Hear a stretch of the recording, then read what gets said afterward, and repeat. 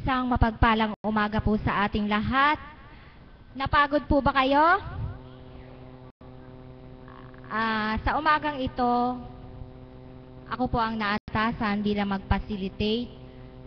Sa araw-araw po na pagtungo natin sa dakong ito, marami na po tayong nasilayang hiwaga, mga karanasan natin, na sa tulong ng banal na Espiritu, siya ay ating nadama sa dakong ito. Tatawagin ko po ang aming kapatid na Caps.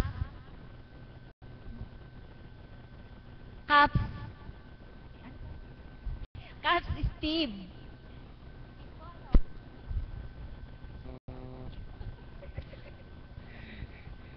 Salamat po sa Ama.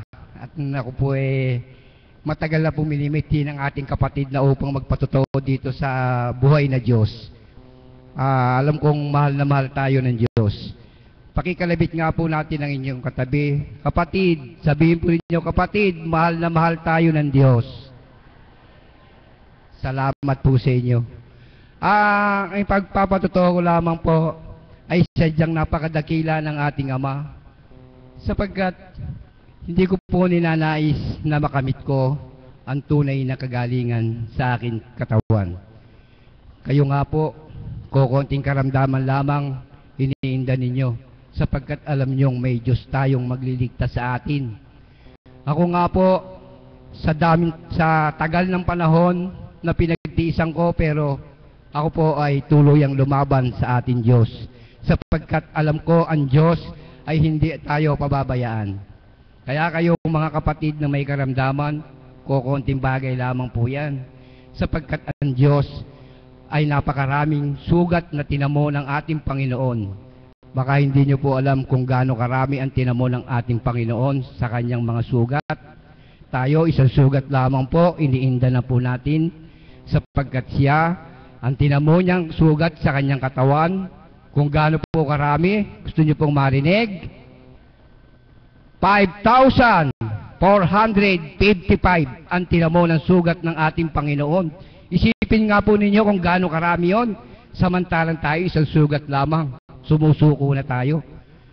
Kaya mga kapatid, sa konting karamdaman nyo, mahalin lamang po tayo, mahalin lamang po ninyo ang Diyos. Hindi po niya kayo pababayaan. Sapagkat ako isang araw, sa aking pagtulog, ito po ang pinabatid sa akin ng ating Panginoon.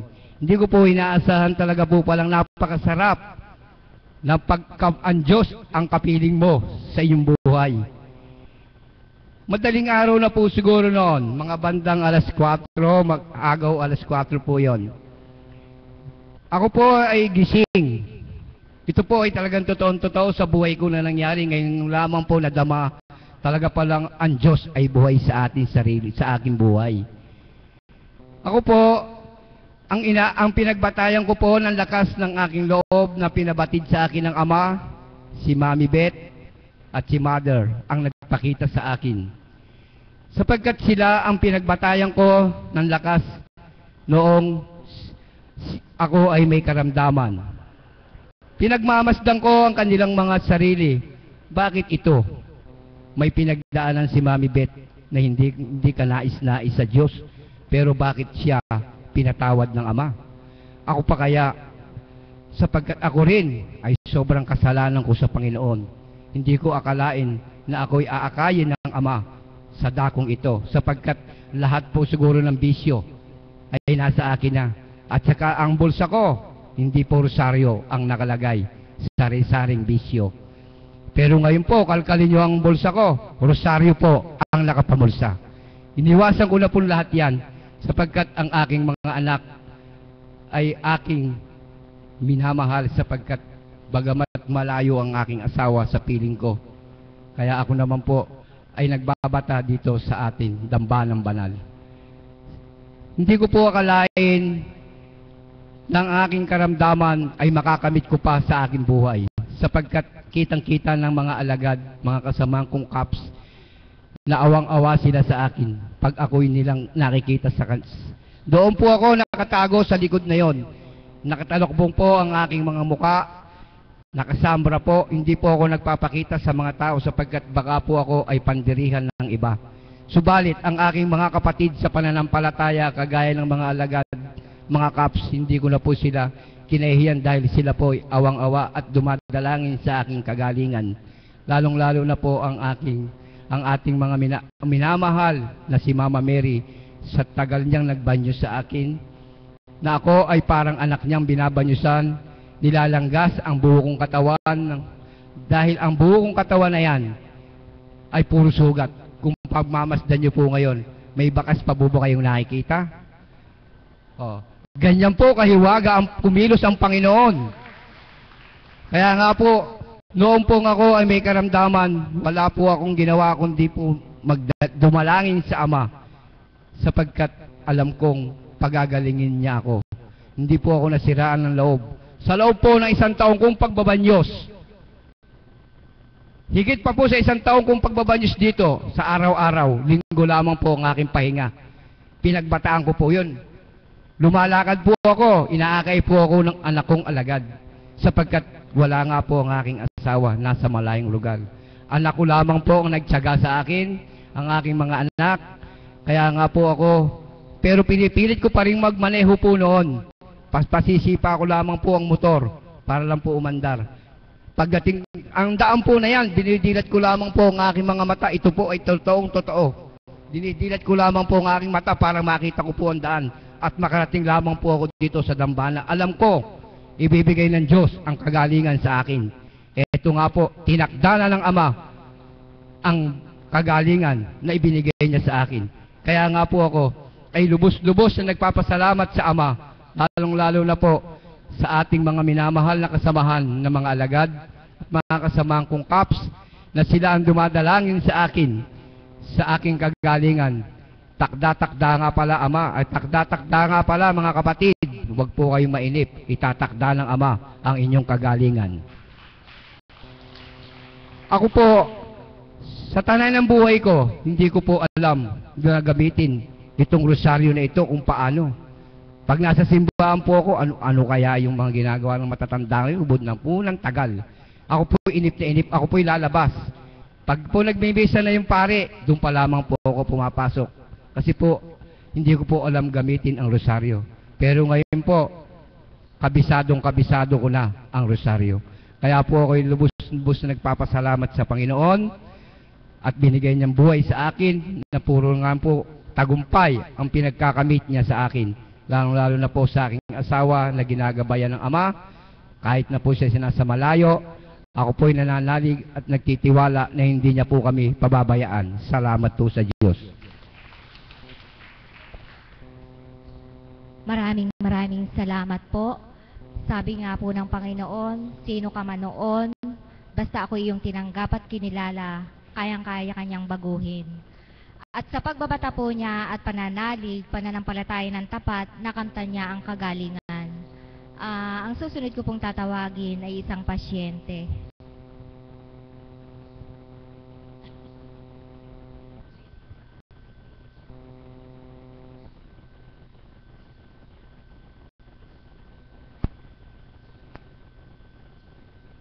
Magandang umaga po sa inyo lahat. Ako po ay nagpupuri at nagpapasalamat. Narating ko po itong banal na dambana. Kasi po, nung araw po, wala po akong ginawa kundi magkahanap buhay po. Magpatahi, magimulmul ng bag, magbiyahe po sa malayo. Pero hindi ko po siya na aalala. Pero po sa kabila po noon, binigyan niya po ako ng karamdaman na hindi ko po alam kung saan ako tutungo, tatakbo o doktor o saan pa man.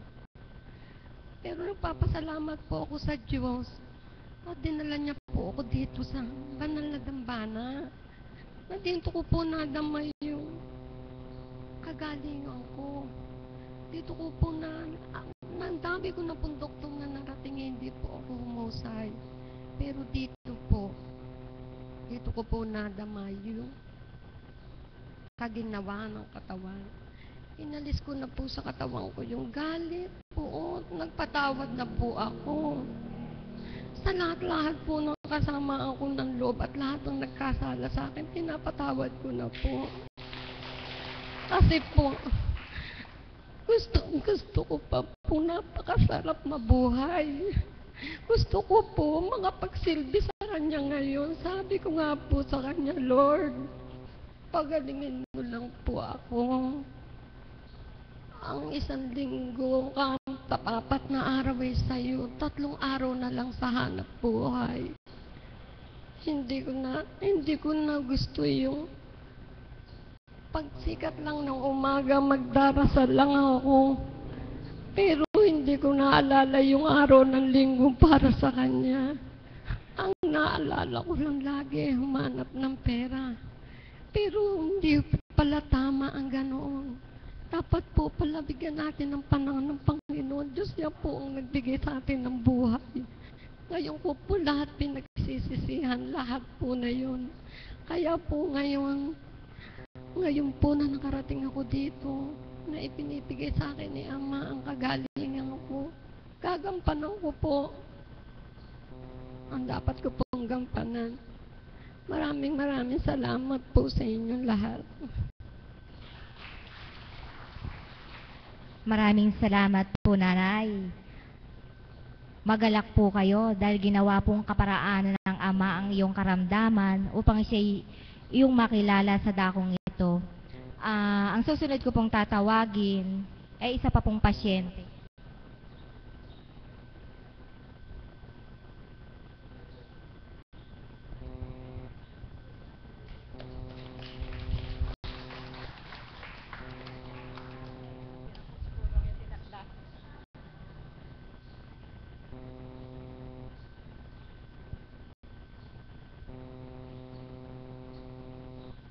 Sa totoo lang po, matagal nang inaalok sa akin na magpatunay ako sa harapan na ito.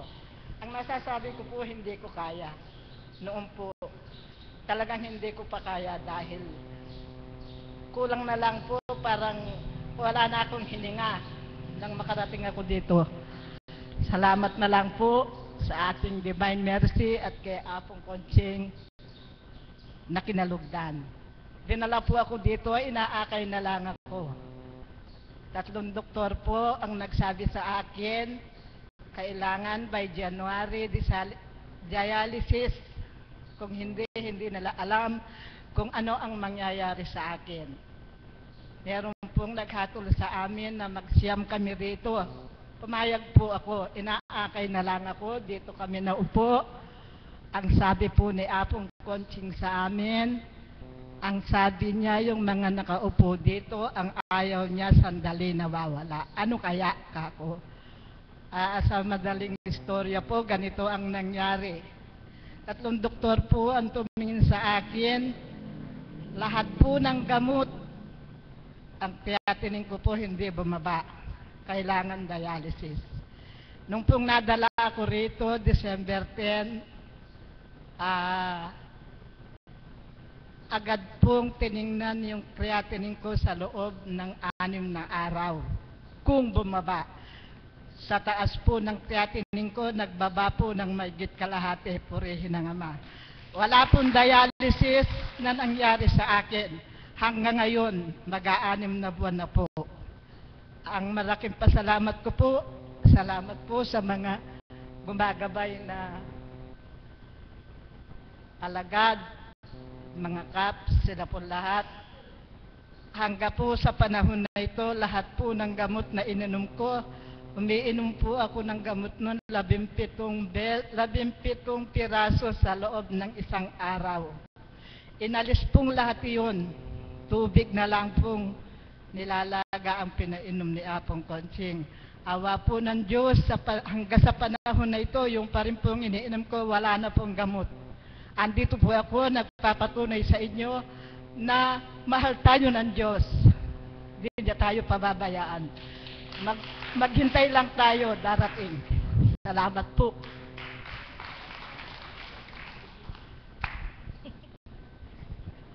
Maraming salamat po Ganyan po kadakila ang Panginoon, wala pong imposible sa Kanya. Ang susunod ko pong tatawagin upang alayan tayo ng isang awitin ay si Caps Magno.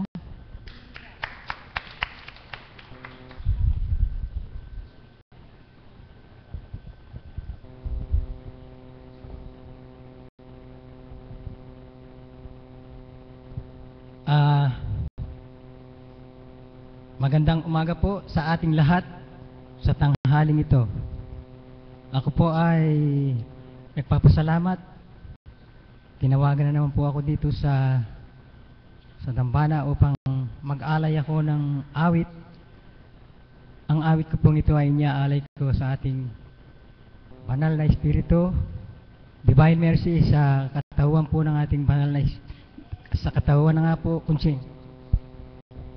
At inyaalay ko rin po sa mga alagad, sa mga taga-sunod, mga pasyente, choir, sa ating po lahat. Mga kap, 1, 2, 3, ilan?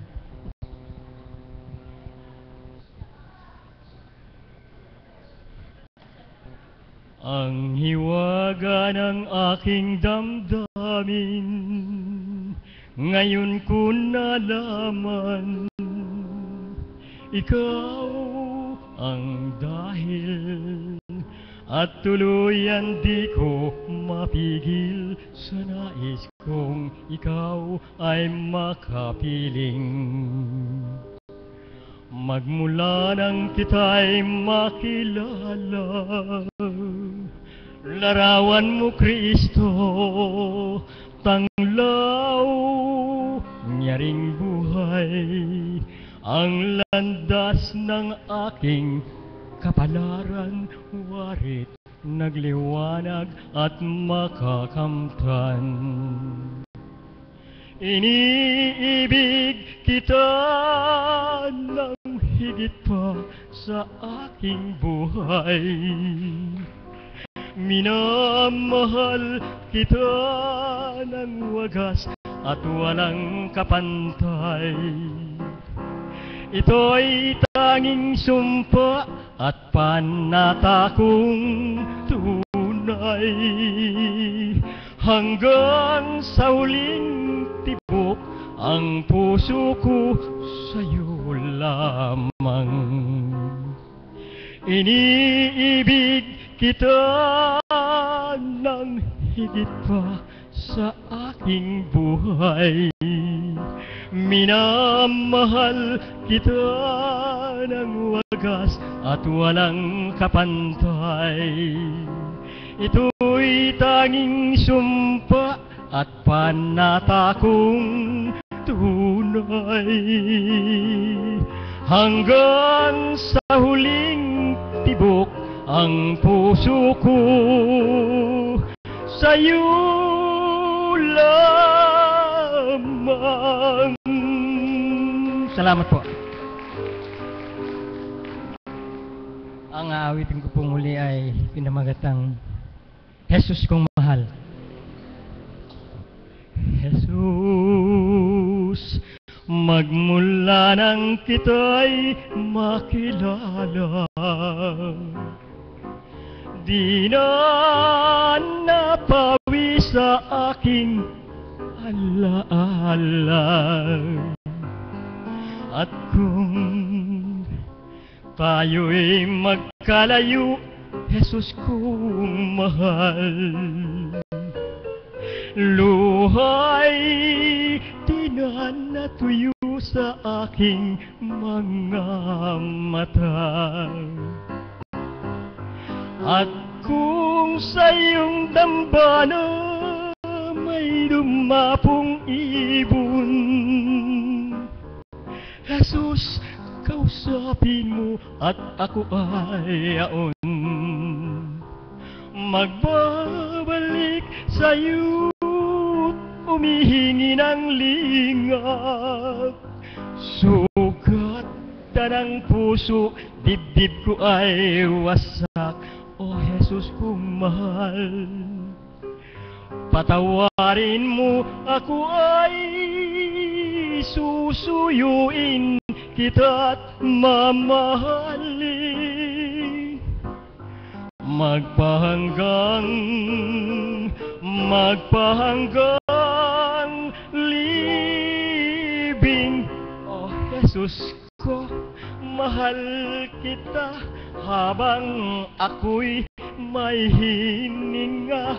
Ang puso ko't kaluluwa ang may-ari. Ikaw divine mercy.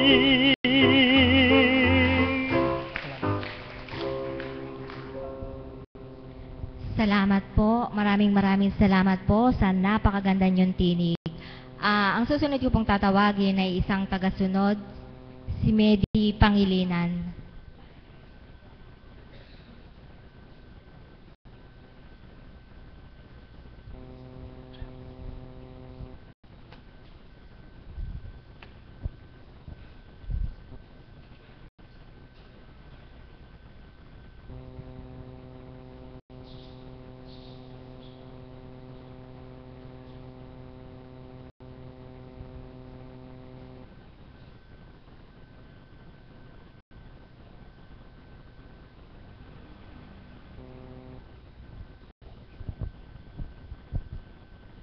Isang mapagpalang umaga po sa ating lahat.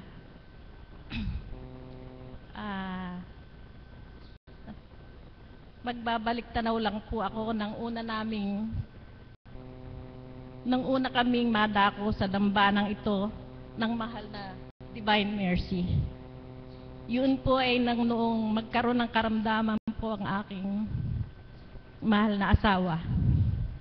Pero ang isi-share ko po ngayon, dahil kasi share lang po niya kahapon, ay ang nagganap po sa aking buhay noon lang pong nakaraang Biyernes. Hindi po alam ng asawa ko yan. Dahil inakala ko po na baka hindi niya ako maunawaan.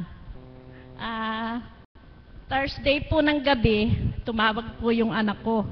Sabi po niya, "Ma, may iniwan po akong letter dyan sa cabinet. Kung pwede po, pumunta kayo ng school at pakikuha po nyo yung record ko sa school dahil hindi na po ako pwedeng makauwi dahil gawa nung bago pa lang po sa trabaho." Friday po, umaga nagpunta ako ng school. Kinuha ko po yung mga record, naayos ko namang lahat. Sabi ko po, kailangan maingatan ko ito kasi kailangan ng anak ko ito sa Lunes dahil required na raw pong ipasa yon doon sa opisina nila. Ganun nga po, iniingatan ko nga. Hindi ko po akalain na kalalakad ko, nalaglag pala. Ngayon po, nung mapansin ko, pauwi na ako. Nung mapansin ko pong wala, balik na naman ako kasi po nagpunta pa ako ng palengke, may pinabili sa akin ng asawa ko. Nung mapansin ko nga pong wala na, balik na naman ako ng palengke. Lakad-lakad po ako, balik-balik. Hanggang hindi na po ako makatiis. Nagtanong-tanong na po ako. Sabi ko, siguro naman, hindi naman anuto kung sino makapulot, baka ibalik sa akin. Ginawa ko po, hindi ko na alam ang gagawin ko. Dahil kailangan na po nung anak ko nung uuwi nga raw po siya nung Sabado para makuha yun. Ngayon po, kalalakad ko, may tumulong sa akin, may anghel na tumulong sa akin. Sabi niya, "Ano ho ba yung hinahanap nyo?" Sabi niya, "Naku ako, may kasalanan ako sa anak ko, nailaglag po yung record na kinuha ko sa school. Kailangan daw niya na ipasa nung ano na yun. Uuwi siya kako ng Sabado, kailangan madala na niya." Ganun pa man po, maskin may tumulong sa akin, hindi na namin nahanap.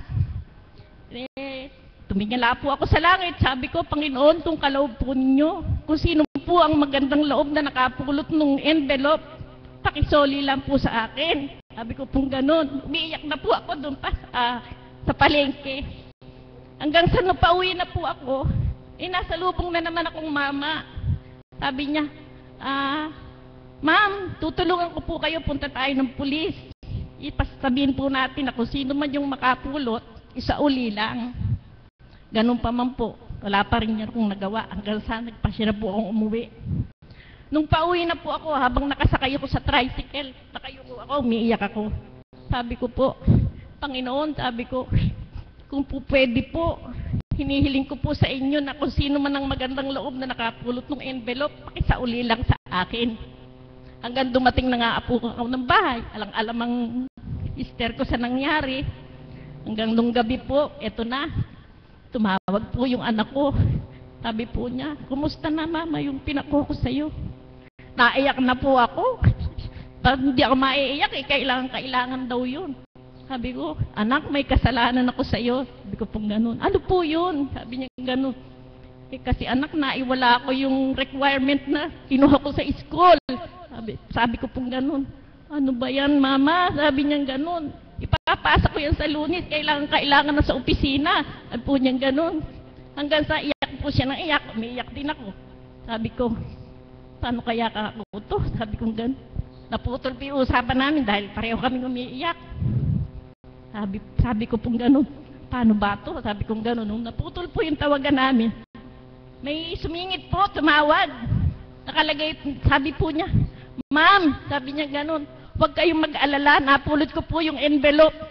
Sabi po, pakikuha na lang niyo dito bukas ng umaga. Sabi pong gano'n, purihin ng ama, napakabuti niya. Sabi kong gano'n, hindi lamang pala karamdaman ng pinagagaling niya, kundi kung ano man ang hilingin natin. Manalig lang naman tayo at manampalataya ng tao sa puso natin. Ipagkakaloob niya. Kaya purihin ng Ama. Maraming salamat po. Maraming salamat po. Wala pong imposible sa Ama. Basta tapat po tayong dumulog sa Kanya ay Kanyang ipagkakaloob. Ang susunod ko pong tatawagin ay isa pa pong tagasunod, si Norma Tomas.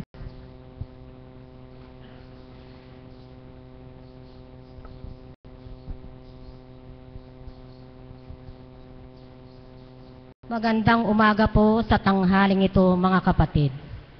Mapalad nga po ako napunta't nakatungtong dito sa banal na dambana dahil naipagamot ko ang aking kaluluwa at ang aking naging karamdaman.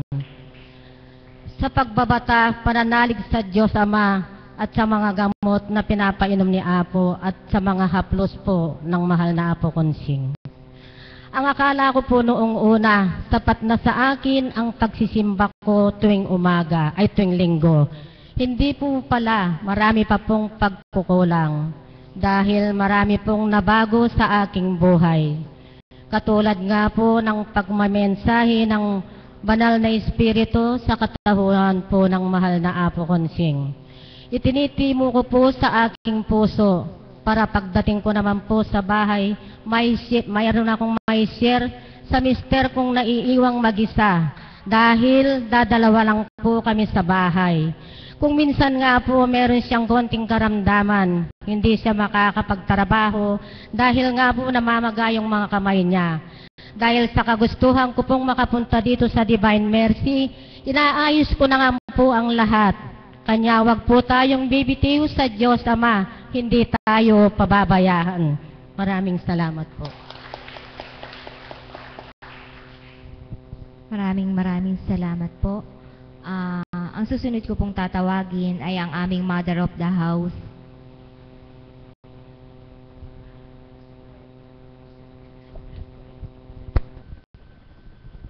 Papuri sa iyo, Amay, walang katapusan.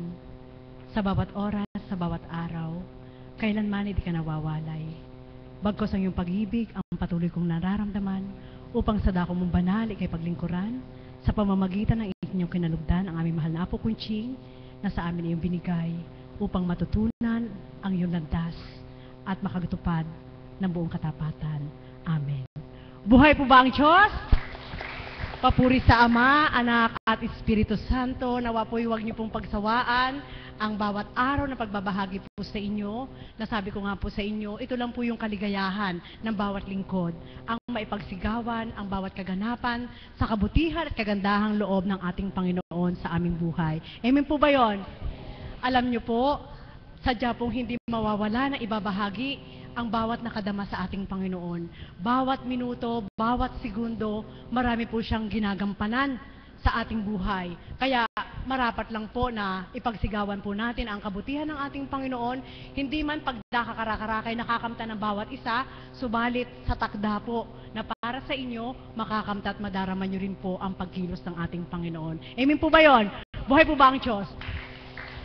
Nais ko lang pong ibahagi sa inyo ang kabutihan ng Diyos sa bawat araw sa aking buhay. Nasabi ko nga po, kapag may gusto ka sa sarili mo, hindi ikaw ang magpaplano. Hindi kagaya po sa unang buhay, kapag may gusto ka, paplanuhin mo na. At kapag plinano mo na, usually ang nangyayari palpak pa. Subalit ang ating Panginoon, kapag siya po ang nagplano ng gusto mo, wala pong palpak. Buhay po ba ang Diyos? Amen po ba yun? Bakit po? Nang una po ako naglingkod, ang aking anak po noon ay, naibahagi ko na po itong karampot, subalit nagkaroon po muli ako ng pagninilay. Yung pagbabalik tanaw sa bawat kaganapan, kung paano yung proseso ni God. Bakit niya ito pinatupad, bakit ako gumanap, at bakit niya ito pinahintulot na matupad ko at maganap rin sa aking sarili. Nang panahon po ng aking anak na second year college pa lang po siya nag-aaral, na ako po'y hirangin bilang isang alagad.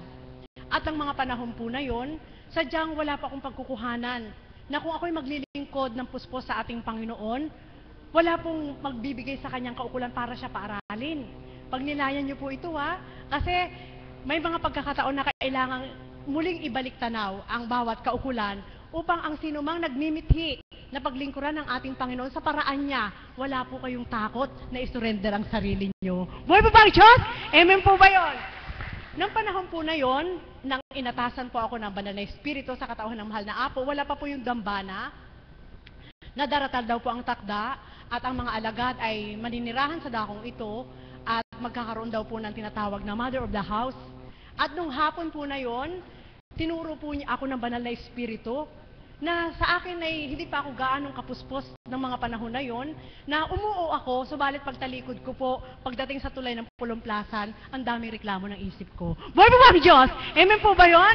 Siguro naman po, napag-isipan din po ito ng ibang mga alagad. Sapagkat nung time po na yon, second year college ang anak ko, so 2 years pa bago siya mag-graduate ng nurse.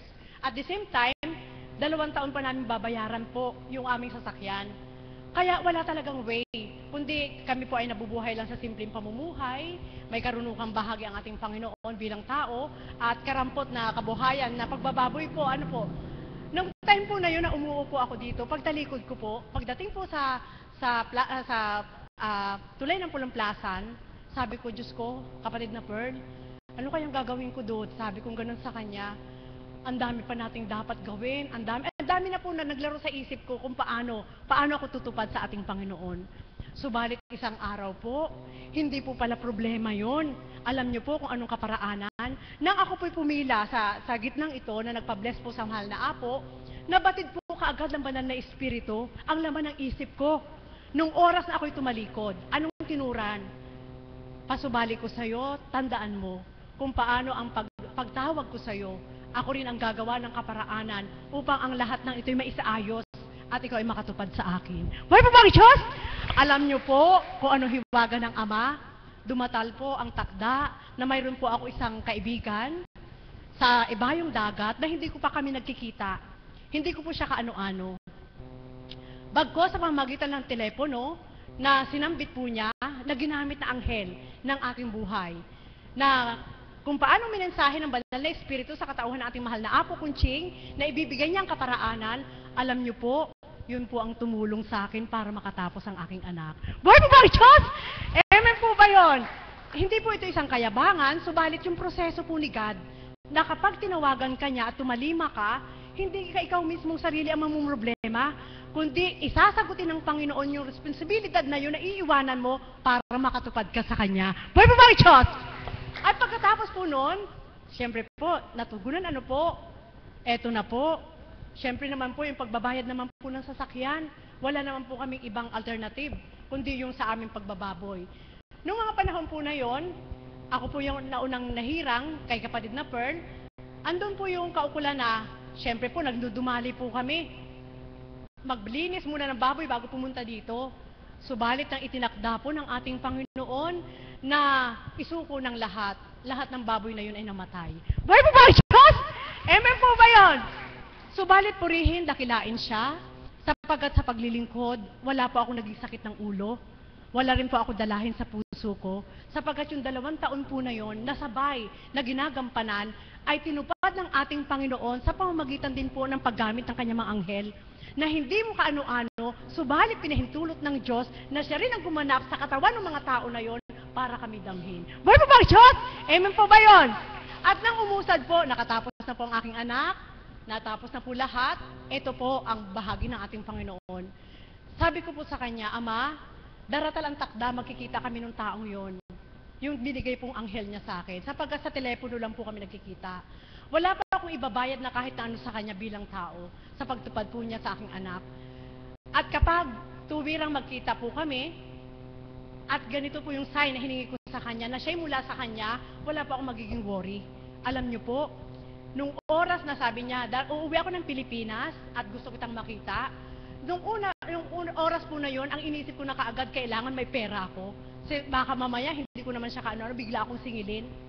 Subalit purihin ng ating Panginoon, hiningi ko pong sinyalis sa kanya na makita ko po siya, na pag hinalikan po niya ako dito sa noo at niyakap niya ako, dadamhin ko siyang bilang isang kapatid. Alam niyo po, nung magkita po kami, ng araw din po na yun, na first time po kami nagkita, yun po ang pinaganap ng ating Panginoon at pinadama po niya sa akin, yan siya talaga'y anghel ng buhay ko. Buhay po ba ang Diyos? At pagkaraan po noon, umusad ang panahon, ang sabi ko sa kanya ay ganito, bakit ko po ito binabahagi sa inyo? Sapagkat ang pagtupad ng ating Panginoon sa bawat araw, hindi man tuwirang sa ating sarili, maaari nga po siyang gumamit ng mga tao para i-sustain kung ano yung kailangan natin. At yung kaparaanan po na yun ay hindi isang pagsubok para sa'yo, na kapag ang Diyos ang gumamit sa kapwa mo para sa'yo, ibig sabihin, extension ni God yun para sa'yo. Buhay po ba ang Diyos? At pagkalipas po ng panahon na yun, unti-unti na po siyang nawala. Sabi po niya, wala akong hihilingin na kahit na ano sa'yo, kundi kung paano kong tinupad sa'yo sa anak mo, at dumating yung pagkakataon na kaya mo na at kaya ng anak mo, gayon din ang gawin mo para sa kapwa mo. Buhay po ba ang Diyos? So ibig sabihin po, doon po ngayon nagkaroon ako ng pagninilay na yung kaparaanan na gusto ng Panginoon, kapag ibinigay sa iyo ng kapwa mo at nakayanan mo yung lahat na yun dahil sa ibinigay sa iyo ng Diyos, kapag ikaw naman yung sa lugar na kaya mo, ikaw naman ang magbigay para hindi po maputol yung paggamit ng Diyos sa ating lahat. Buhay po ba ang Diyos? Pagkaraan po nun, di lumipas po, naputol po yun, sapagkat wala na pong mga kailangan. Purihin, dakilain ng ating Panginoon, sapagkat sa pagtupad po sa kasalukuyan, ang nawalang isa, ipinalit niya 2. Buhay po ba ang Diyos? Bukod po sa aking kapatid na Pearl, may 2 po akong kapatid na itinuturing ko pong bilang kapatid, na sa aking paglilingkod po ay sinusuportahan nila po ako, na hindi kailangang humingi o magmalimos, kundi sa kaparaanan din po ng Diyos na nararamdaman bilang mga lingkod, alam ko dinadanas din po ito ng mga lingkod, lalo na ating mahal na Apo Kunching, na bakit pinadadaan sa panaginip ng ating Panginoon sa mga tao na gusto niyang gamitin kung ano yung kalagayan mo. Buhay po ba ang Diyos? Amen po ba yun? Kaya ganito po kami napupuspos bawat araw, na minsan po, kapag kulang ka at wala kang taglay na hawak sa oras na ito, dahil alam mo na ang ama mo'y mayaman, idadaan ngayon sa panaginip doon sa taong gagamitin niya at sasabihin na napanaginipan kita, pinanaginip ka sa akin ni bro. At hindi lang po ito bago sa akin, kundi maging sa aming mga alagad ay nagaganap ito. Kung hindi po mga anak namin, mga kaibigan, maging sa mahal na Apo.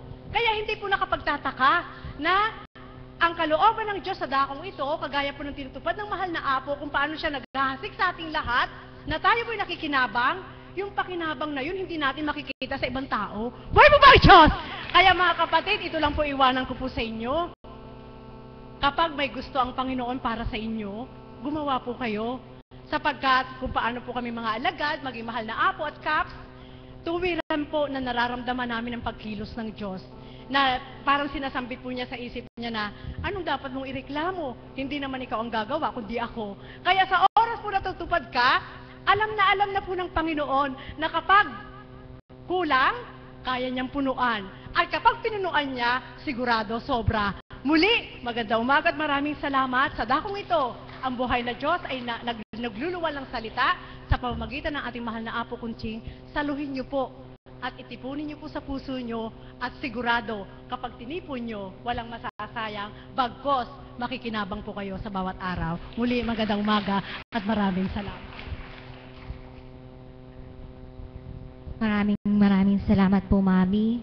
Kung nakinig po kayo, marami po kayong napulot sa kanyang ibinahagi. Maraming salamat po sa lahat ng bahagi. Ang lahat po ay inaanyahang magsitayo.